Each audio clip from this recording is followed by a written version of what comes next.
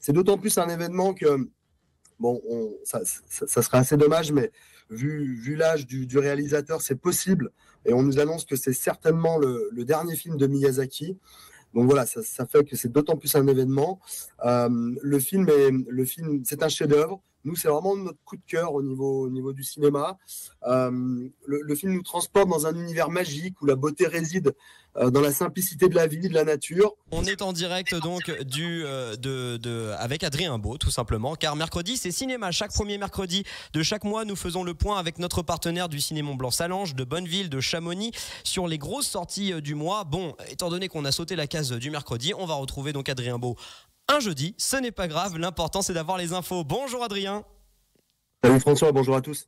La grosse sortie de cette semaine, enfin on peut même dire une grosse sortie que l'on attendait depuis quasiment 10 ans, c'est le tout nouveau film d'animation japonais sorti des studios de Ghibli, de Hayao Miyazaki. Ouais, tout à fait François. Donc là, c'est vraiment notre coup de cœur cette semaine. Et on avait vraiment envie de parler de ce film dans vos antennes. Donc voilà, c'est Le Garçon et le Héron. Le film est sorti hier, comme tu l'as dit, c'est un événement parce que Miyazaki n'avait pas ressorti de film depuis 10 ans. Son dernier film remonte en 2013 avec Le Vent se lève. C'est d'autant plus un événement que, bon, ça serait assez dommage, mais vu l'âge du réalisateur, c'est possible. Et on nous annonce que c'est certainement le dernier film de Miyazaki. Donc voilà, ça fait que c'est d'autant plus un événement. Le film, c'est un chef-d'œuvre. Nous, c'est vraiment notre coup de cœur au niveau du cinéma. Le film nous transporte dans un univers magique où la beauté réside dans la simplicité de la vie, de la nature. Le film est captivant. C'est une ode à l'enfance, à la découverte et à l'émerveillement. Le Garçon et le Héron se démarque par sa simplicité, sa subtilité. Il explore les thèmes de la perte, de la guérison et de la reconnexion avec la nature et de la curiosité insatiable de l'enfance. La réalisation de Miyazaki est d'une beauté époustouflante, capturant avec grâce les paysages de campagne, les saisons qui passent et la magie des rencontres inattendues. L'animation est d'une qualité exceptionnelle et chaque plan est imprégné de détails qui suscitent l'émerveillement. Bref, vous l'aurez compris, c'est vraiment notre coup de cœur. On adore ce film. Le film est actuellement à l'affiche au Ciné Mont-Blanc. Il est proposé évidemment en version française et en version japonaise sous-titrée. Il sera à partir de la semaine prochaine au programme du Ciné-Château de Bonneville et à partir du mercredi 15 novembre sur les écrans du Cinéma Vox à Chamonix. Voilà, donc pour ceux qui pensent que les dessins animés c'est que pour les enfants, allez voir une fois dans votre vie déjà un Miyazaki.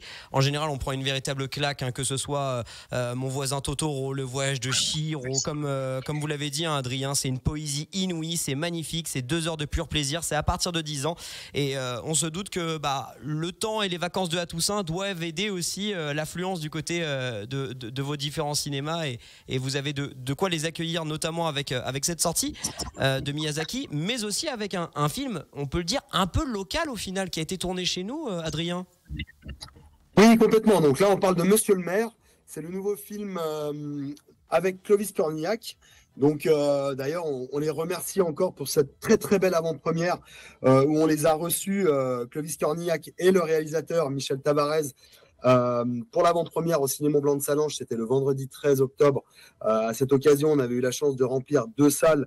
C'était vraiment une très très belle soirée. C'est un très joli film. Comme tu l'as dit François, le film a été tourné dans notre si belle région, notamment à Cordon, à Combloux, les Ouches.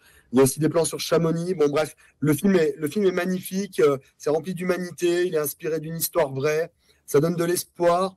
Les acteurs sont formidables. C'est vraiment un très très beau moment de cinéma que je recommande pour passer un bon moment en famille. L'histoire est touchante.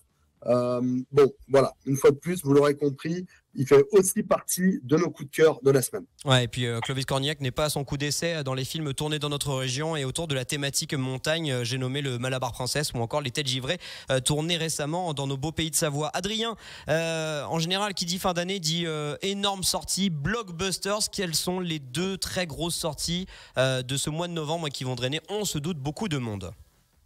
Oui, on a 2 gros blockbusters qui arrivent là au mois de novembre. Le premier, c'est à partir du mercredi 15 novembre, c'est le 4e volet, ou alors le 5e, sachant que le 3e volet était en 2 parties, des Hunger Games. Donc là, le film est très très très attendu. On a des avant-premières le mardi 14 novembre où on a déjà énormément de réservations. Donc ça s'annonce très très bien. Et le deuxième gros événement du mois de novembre, c'est le nouveau film de Ridley Scott avec Joaquin Phoenix, et c'est Napoléon. Voilà, très très grosse production. Le film fait plus de 2h30. J'ai eu la chance de voir 20 minutes du film il y a quelques semaines. C'est époustouflant et ça va être vraiment un événement cinématographique courant novembre. Évidemment, il y a un troisième événement parce que un Disney reste un événement, évidemment. Le 29 novembre, c'est le Disney de Noël qui s'appelle Wish. Voilà, et c'est un très très beau dessin animé. Et voilà, on a de la chance, on a beaucoup de films de qualité et on est sûr que le public va pouvoir profiter au mieux de tout ça. Donc Hunger Games, on rappelle le 14 novembre pour l'avant-première, le 15 novembre pour sa sortie nationale, et puis Napoléon, ce sera le 22 novembre. Vous savez quoi, les deux ont un point commun. Ils font 2h38 tout précisément. Pour finir, Adrien, rapidement, on a une opération un peu commune car nous sommes partenaires du festival Génération Jeux du côté de Bonneville, un grand festival de jeux de société qui va se dérouler à Bonneville, plus de 3000 personnes. Et vous avez joué le jeu aussi, vous l'aviez déjà fait l'année dernière, vous le refaites. C'est une histoire de Mario Kart sur grand écran, je crois. Ouais, tout à fait. En fait, le samedi 18 novembre, à l'occasion du festival Génération Jeux, comme vous l'avez dit, il y a à nouveau un énorme tournoi de jeux vidéo qui sera fait dans le cinéma, dans le hall, dans les couloirs. Et ensuite, le samedi soir, on terminera la soirée avec la finale du tournoi retransmise sur grand écran dans la grande salle du Ciné-Château de Bonneville sur un écran de 18 mètres de base. Je vous promets, ça vaut le détour, c'est assez impressionnant.